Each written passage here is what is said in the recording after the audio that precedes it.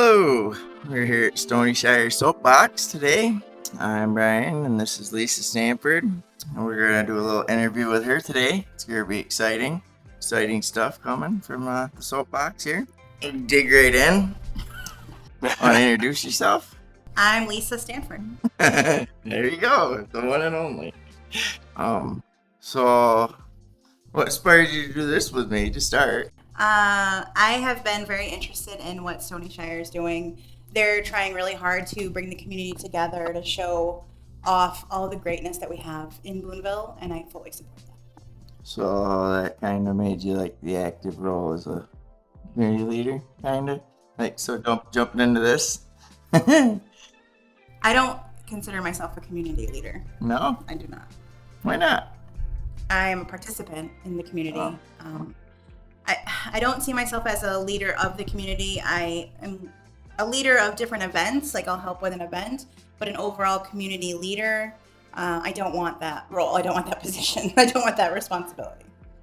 But you're always like supporting locals. I do enjoy a support role. So my job that I make money from, my main role is virtual assistant. So supporting someone else is my favorite thing to do. So I really do like that support role, go in and help.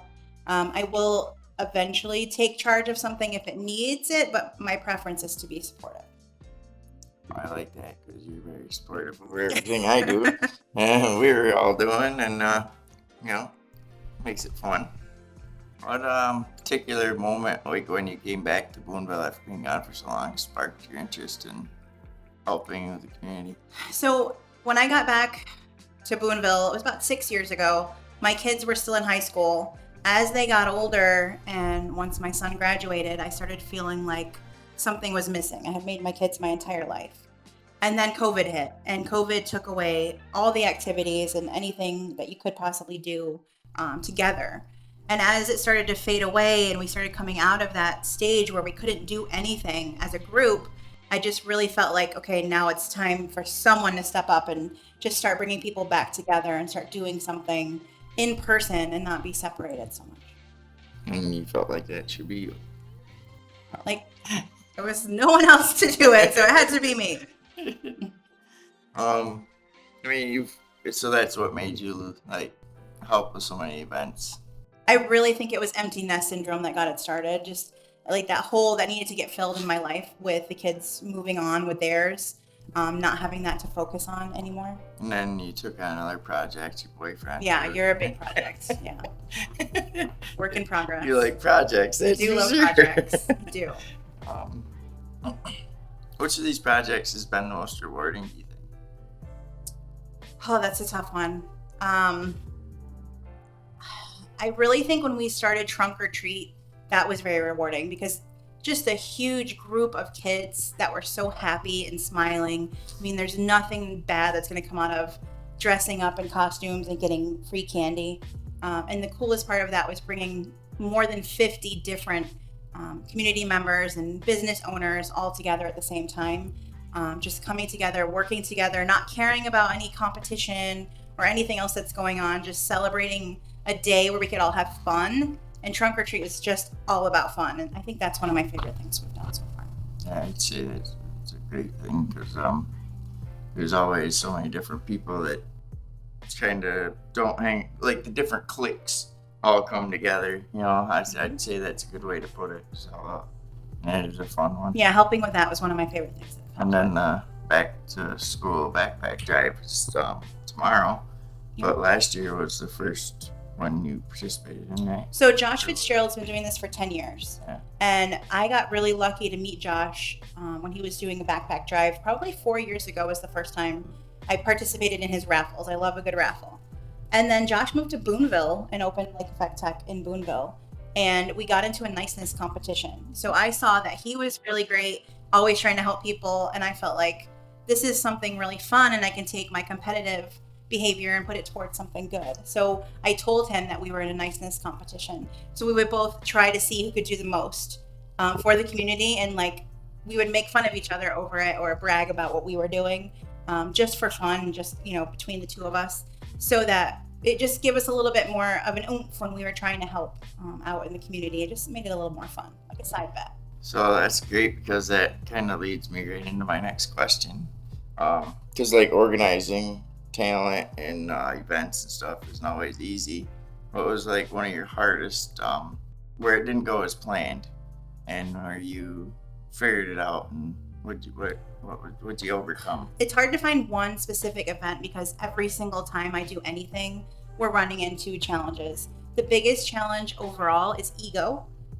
So even when people don't know that their ego is getting in the way, it is. So people will be like, it's my idea, or it's my favorite thing to do, or I want to do that. When someone new comes in and maybe does it a little better or a little different, it's hard for us as people not to get hurt by that. So overcoming people's egos and their feelings, and letting us all work together to make something better, and forget the fact that maybe you thought you were really good at that and somebody else can do it better. So I would say overcoming ego is definitely huge. There's a lot of people, I don't know if it's just here, but there's a lot of people that feel like something's their baby, and when someone else comes in and tries to do that same thing and maybe does it better or at least different, it really hurts them. They take ownership of that. It's hard to balance out the two different. Mm-hmm. Getting the question of who do you think you are is also a problem for me.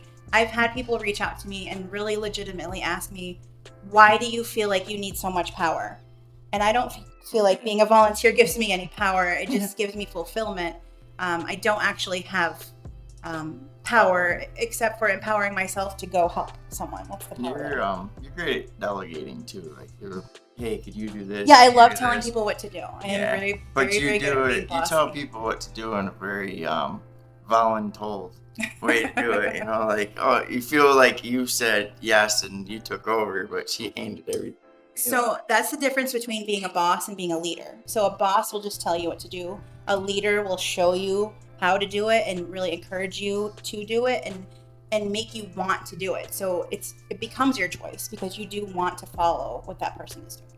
Set an example that makes it. Like what Whitman said, if you are constantly being asked questions and teaching people, you can't think you know everything. If you think you know everything, you're not going to learn it. I think that's why some of the people that follow along with us and help us out with stuff, because they just know that you'll help them do it. Mm-hmm. It's amazing.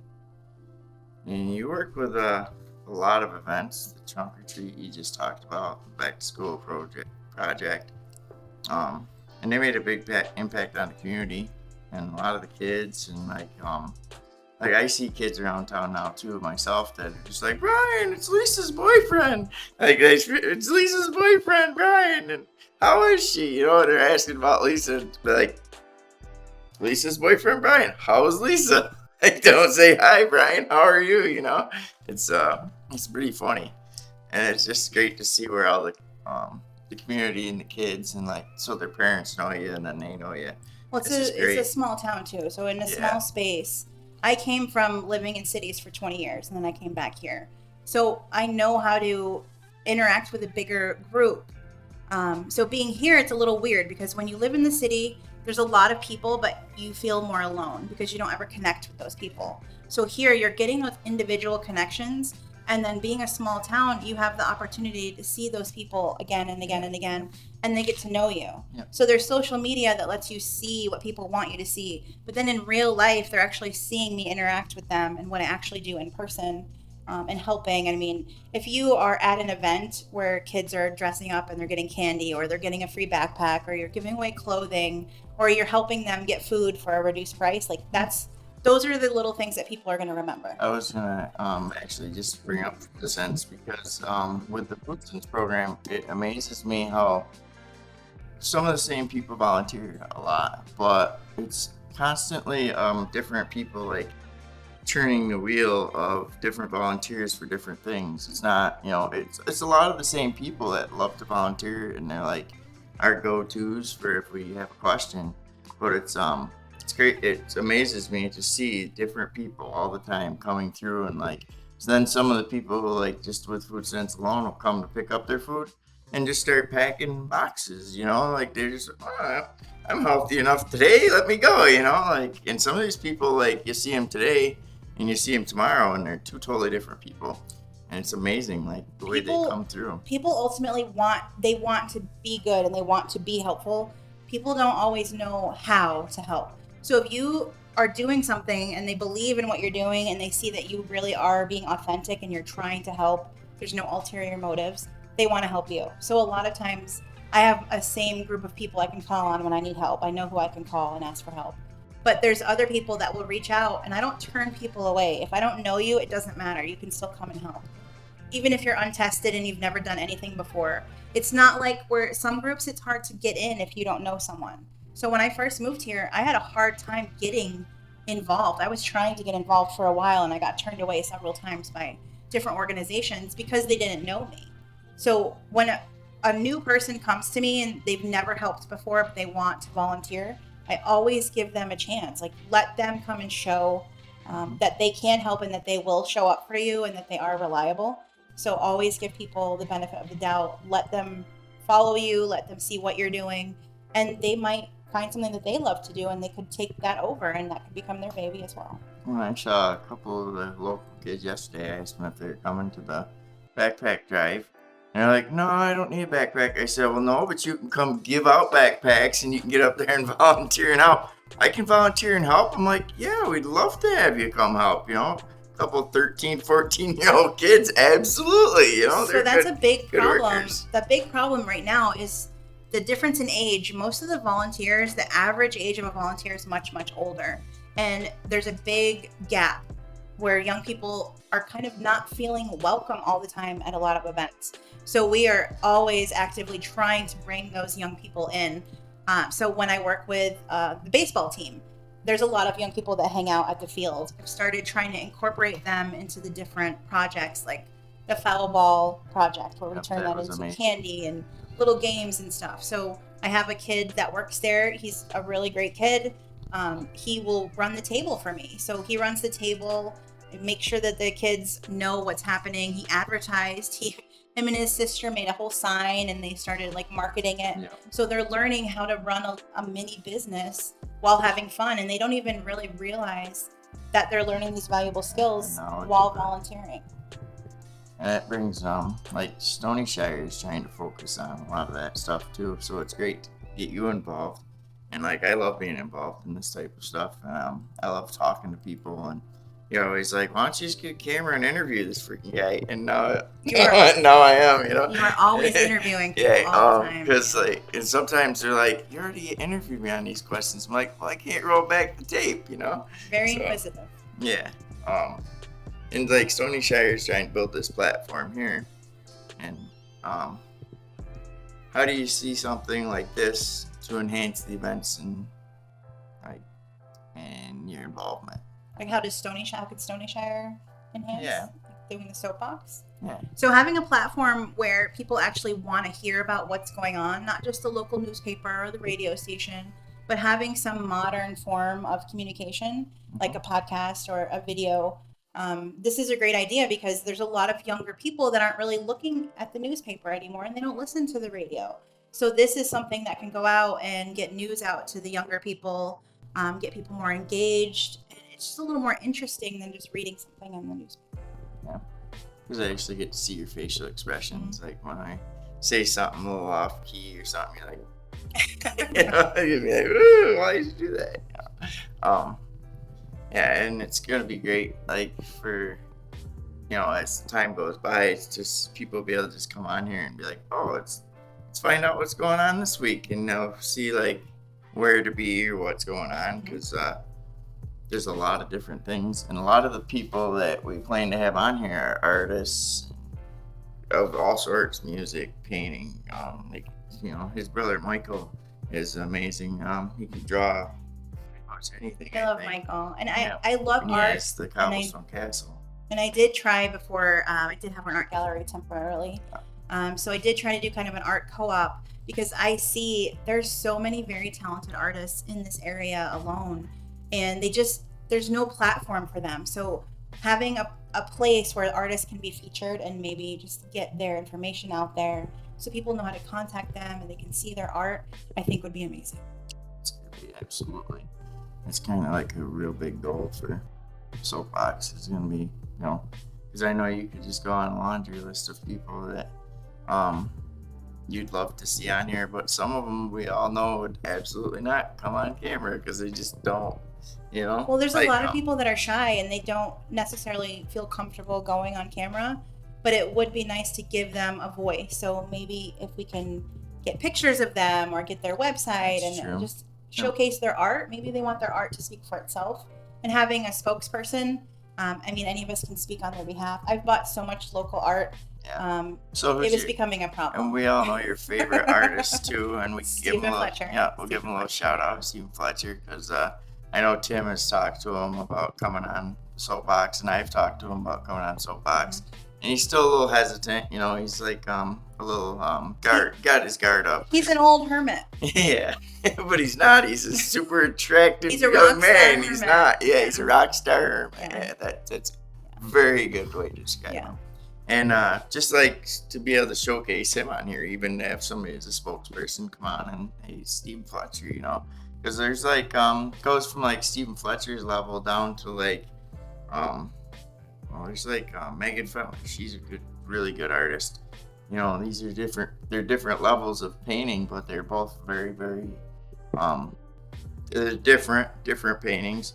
And it'd be just great for the Soapbox to be able to. They're all talented and they deserve to be featured. Yeah, and give them a little initiative to be like, hey, maybe I should keep doing this, not go, because we all have a 9 to 5, but when it comes down to stuff like that, when your talent and your love for art becomes your important. Life. It's important to have an advocate, so not everybody is able to speak for themselves, and that's something I love doing too, is advocating for people that can't or won't speak up for themselves. And someone like you see Megan and like Ashley Galligan, you see them at like different events, like they have their artwork or they're doing other stuff there, selling their jewelry, or they go to like the in Holland Pet and they have the Renaissance Fair there and stuff like that. That's locally around that we can actually showcase a little bit more of maybe next year, like have like, oh, this is coming up and this is where you can see these artists, get down there. That'd be kind of cool, so I think. And I know you love doing that kind of stuff. I do. I like being a spokesperson. Because I know we've gone to certain places just because we knew other places were going to be there. Just like, oh, Sean Leahy and Megan are going to be in the parade for Hershey's ice cream. We're all like, I'll go watch the parade over free ice cream, Something so simple like that. I was joking with one of the local businesses recently that I feel almost like a brand ambassador, but I don't stick to just one. So I try to share about any person that I've come in contact with that I have a good rapport with, or that I really believe in their product or their art or whatever they're doing, and share that. So I use my social media for that reason. For positive, I try to give a lot of positivity out into the community. So if I see an artist I really like, I will share about them. I'll tell people how to get in touch with them. I'll say what's great about them.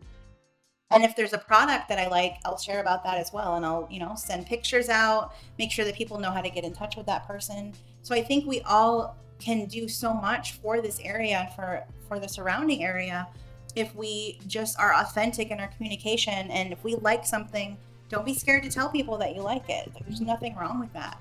And share and support each other. You giving someone else a little bit of your spotlight isn't going to take away from what you've got. Yeah, it helps the dreams, pushes the dream, which brings me to my next question. If you had like one big dream event or one big dream like community organization or a dream where you just bring a bunch of people together for something in the community, what would that be and what do you think it'd look like? So I do have a dream for this area, and it's not really one event. I would like to have a community center. So a neutral location that can be used for any event by any organization. So not just if I'm involved with Food Sense organization or if I'm involved with Dodge Pratt or the library, but a place that's a central location for Boonville and the area events to be able to use the space for whatever we need and not have to worry about what the cost is or who you're associating yourself with, or if you like someone more than the other, or hurting someone's feelings if you want to use that space. I would really like that. It would take a lot of the ego out of the situation. So like a big community center, or like kind of like that place in Whitesboro, accelerated sports, because inside of there's like offices and there's like 4 bathrooms, and so like if you had 4 different bathrooms in a place in the community center, you'd never really have to see the people you didn't care for. Like, be at this end, you could be at this end, and there'd never be a time where you'd have to cross paths to create any like hardships or like bad feelings towards each other. So that would be an amazing thing. I think I know Jim and Corey both talked about that here from Stoney Shire. Like, that would be the kind of everybody's dream in this town. Someplace where it's big enough for us all, and there's no, you don't have to there's always availability too, because it's such a small town. You wouldn't have to have reservations for the room. They'd always have a room set aside for just anybody to come in for an hour. So that'd be incredible. So I think that's a great answer to a question like that. And then would there be a certain event maybe you'd hold in a community center? Because I mean, the weather around here, you can't always count on the weather to be nice, or if it's not snowing or windy or raining, it's cold, so, or it's blistering hot. So in the community center, you wouldn't have to, we can only do it this day because it's warm out.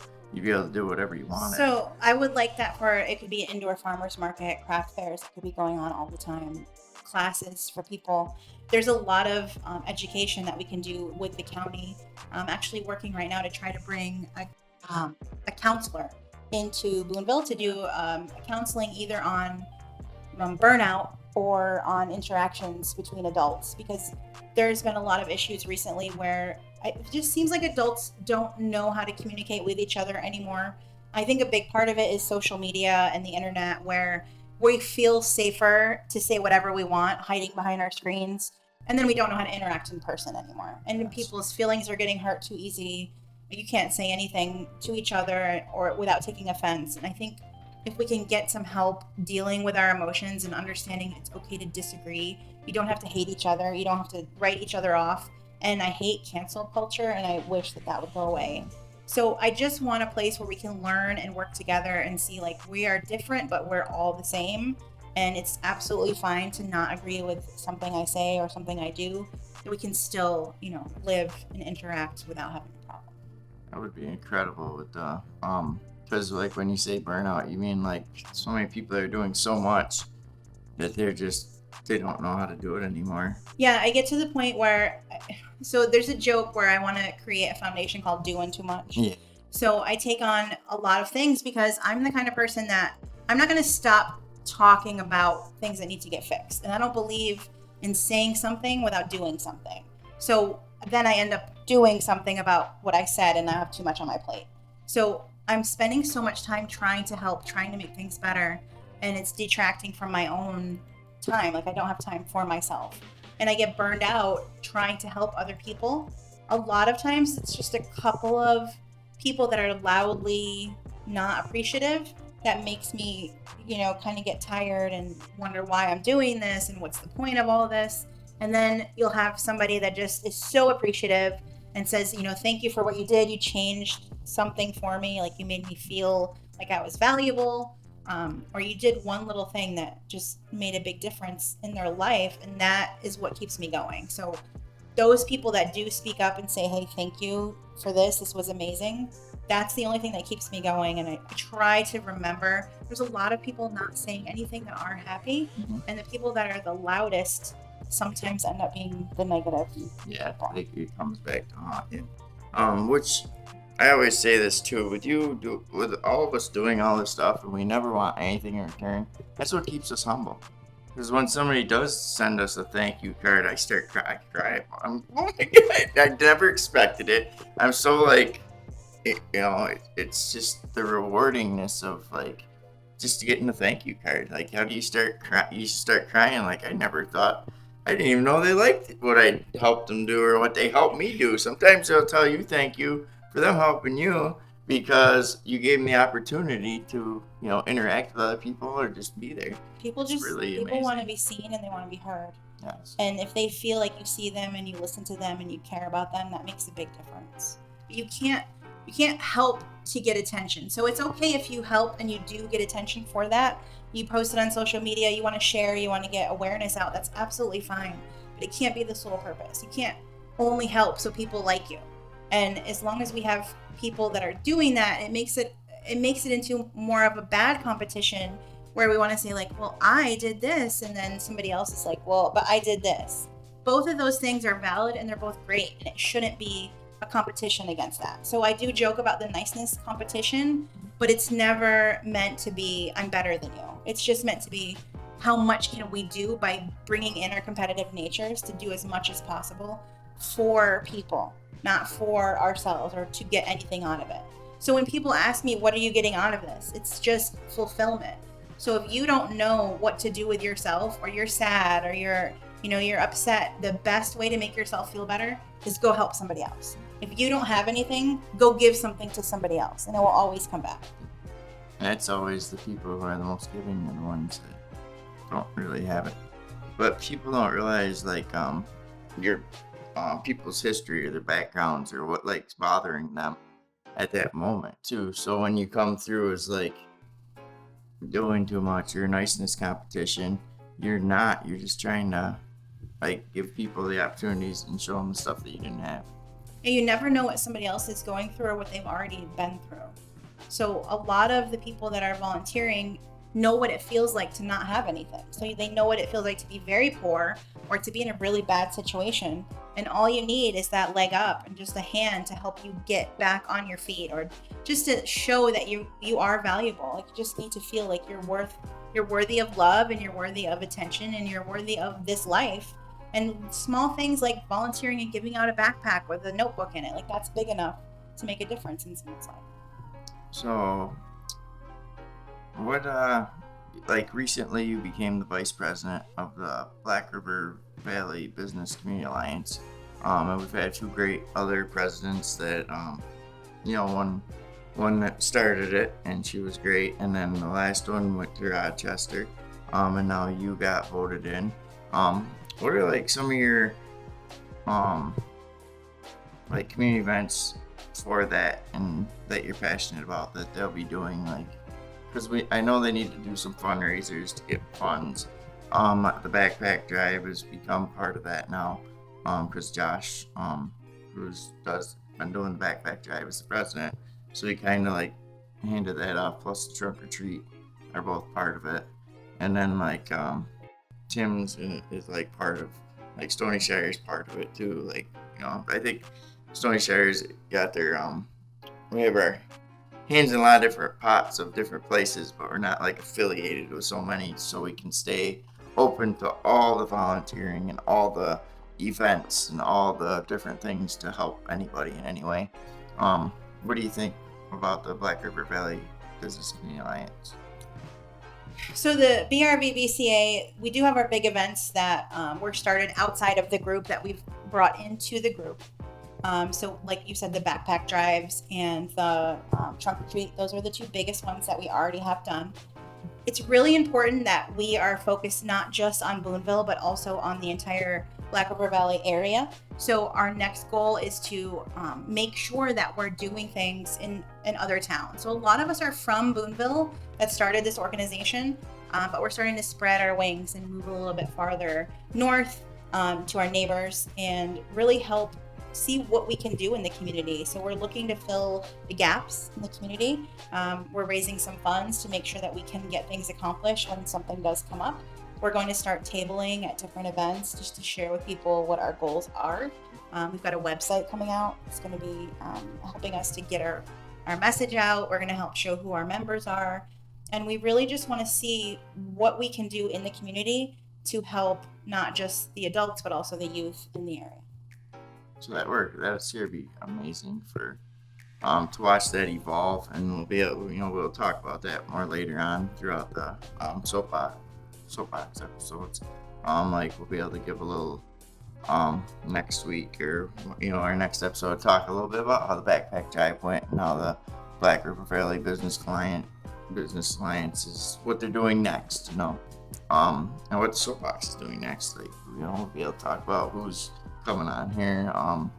So if, like, with all that you've done and learned, is there any advice that you think you'd be able to give anybody for, if they want to become into helping with community events, or joining any of these, like,